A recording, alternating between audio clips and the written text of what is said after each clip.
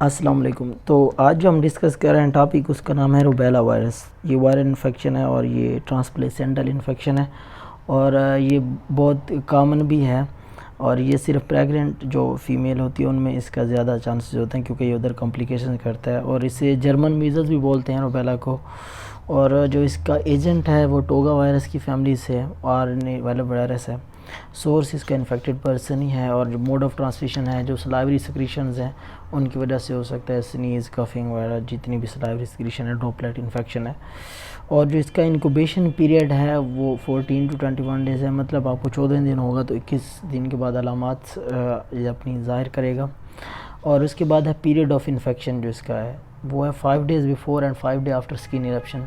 मतलब 5 दिन पहले जो स्किन इरप्शन, और जब स्किन इरप्शन हो जाएगी उसके 5 दिन बाद, उस वक्त तक ये अपना इन्फेक्शन फैला सकता है दूसरे बंदों को। कोई भी उस टाइम इस पेशेंट को जो रूबेला का होगा उससे अगर मिलता जुलता है तो उससे भी रूबेला हो सकता है।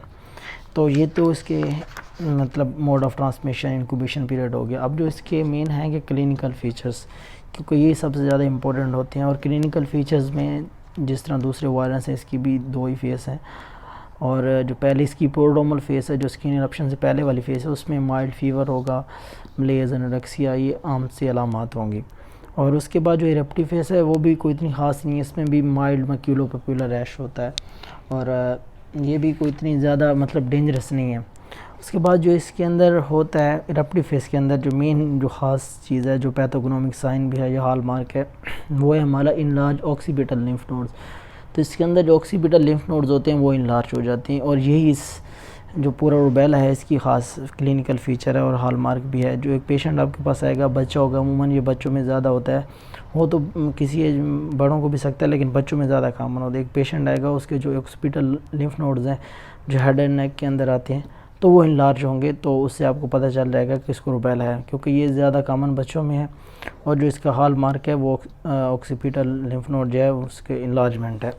उसके बाद है कि इसकी कॉम्प्लिकेशन, जो इसकी मेन कॉम्प्लिकेशन है वो कंजेनिटल रूबेला सिंड्रोम है। और ये कब होती है? जब प्रेग्नेंट फीमेल में ये अगर हो जाता है कंजेनिटल रूबेला सिंड्रोम, तो उसके अंदर होता क्या है कि बच्चे का जो हेड है वो छोटा होगा और मेंटल रिटार्डेशन होगी, कार्डिक डिफेक्ट्स हो जाते हैं, जिसमें मोस्ट कॉमन पेटेंट डक्टस आर्टरियोसिस है। और उसके बाद कैटरेक्ट जो है वो भी हो सकता है। तो जो ये उन लोगों में होते हैं कंजेनिटल, उन फीमेल्स के अंदर जिनको एमएमआर जो वैक्सीन है, मीज़ल, मम्प्स और रूबेला की वैक्सीन नहीं लगी होती। तो इसीलिए जो फीमेल होती हैं उनको मम्प्स और मीज़ल, रूबेला की जो एमएमआर वैक्सीन है वो ज़रूर लगनी चाहिए, क्योंकि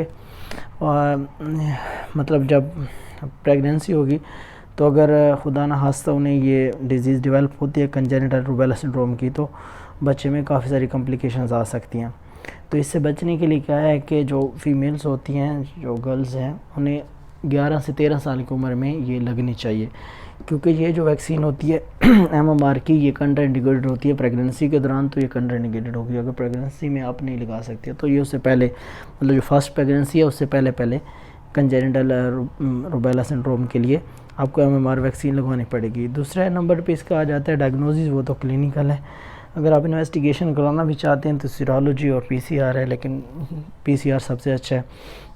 उसके बाद जो इसका ट्रीटमेंट है वो सपोर्टिव है, उसमें एंटीबायोटिक्स वगैरह देते हैं, इतना खास इसका ट्रीटमेंट नहीं होता, सेल्फ लिमिटिंग कंडीशन होती है। तो जो मेन होता है अक्सर वायरल इन्फेक्शन में वो होता है उसका प्रोफ्लैक्सिस। तो प्रोफ्लैक्सिस में है एमएमआर वैक्सीन देते हैं, 0.5 ml इसका डोज़ है, इंटरमस्कुलर देते हैं। और ये बच्चे को देते हैं 15 मंथ पे। जब बच्चा 15 मंथ का होता है तो तब एमएमआर की वैक्सीन लगाई जाती है, और ये हर किसी को लगनी चाहिए। और ये 97% इफेक्टिव है। अगर ये वैक्सीन लग जाएगी तो आपको रूबेला होगा भी सही तो माइल्ड सा होगा, इतना ज़्यादा अपने सिम्टम्स शो नहीं करेगा।